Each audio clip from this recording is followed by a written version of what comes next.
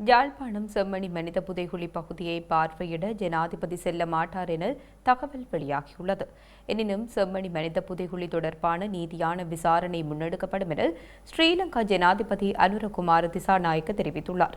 மயிலட்டி துறைமுகத்தின் அபிவிருத்தி பணிகளை ஆரம்பித்து வைத்து உரையாற்றிய போதே அவர் இந்த வாக்குறுதியை வழங்கியுள்ளார்.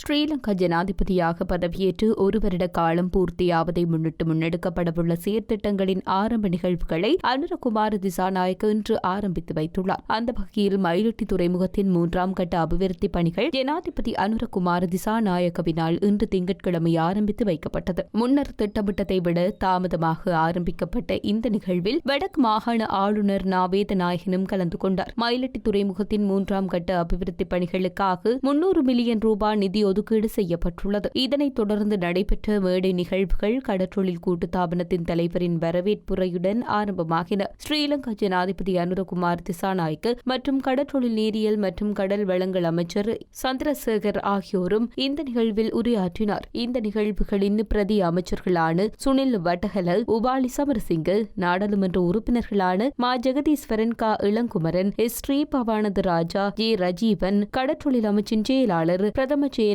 உள்ளிட்ட திணைக்கள தலைவர்கள் கலந்து கொண்டனர்.